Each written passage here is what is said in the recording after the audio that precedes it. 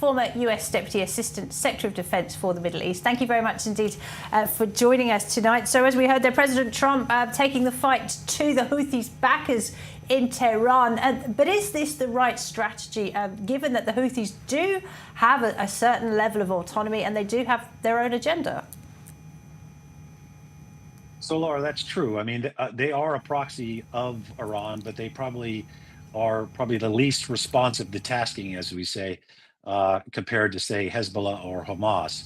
But ultimately, I think from the Trump administration's perspective, they wanted to send two messages. One, that this was going to be an escalation beyond what the Biden administration did in response to these Houthi attacks on commercial vessels, U.S. assets, and of course, our partners in the region.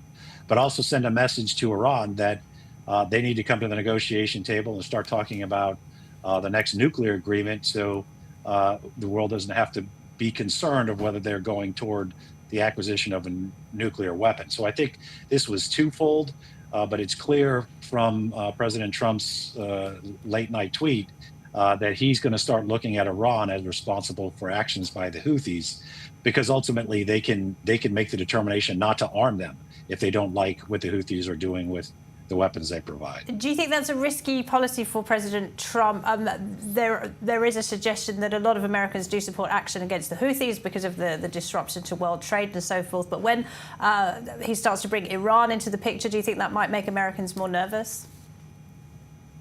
I think it will. I mean, ultimately, if they don't back down, and then because this is out there, then the Trump administration, President Trump himself, may feel compelled to act, because that's essentially what he said he would do. And that would be, if it is direct strikes on Iran, the U.S. getting involved in another conflict in the Middle East directly. So not something that President Trump campaigned on, and not something I think the American people would support necessarily, unless it's very limited, potentially to the areas and facilities they use to arm the Houthis.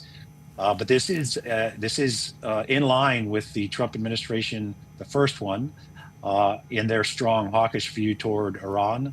But ultimately, it seems to me that what they want is a negotiated diplomatic path toward a JCPOA, or a nuclear agreement part 2, one that also includes, I would imagine, Iran's support to these proxy forces in the region, which wasn't included in the first one, and one of the reasons why it was criticized.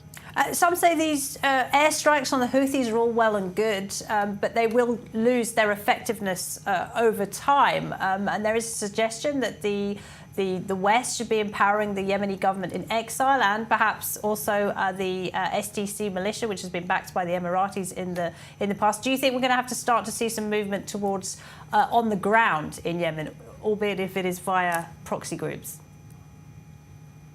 Yes, I think that is the path forward. It's a comprehensive approach. Obviously, escalate the military strikes to include the leadership of the Houthis, Ansar Allah, and deplete their capacity to actually attack these naval vessels, these commercial vessels.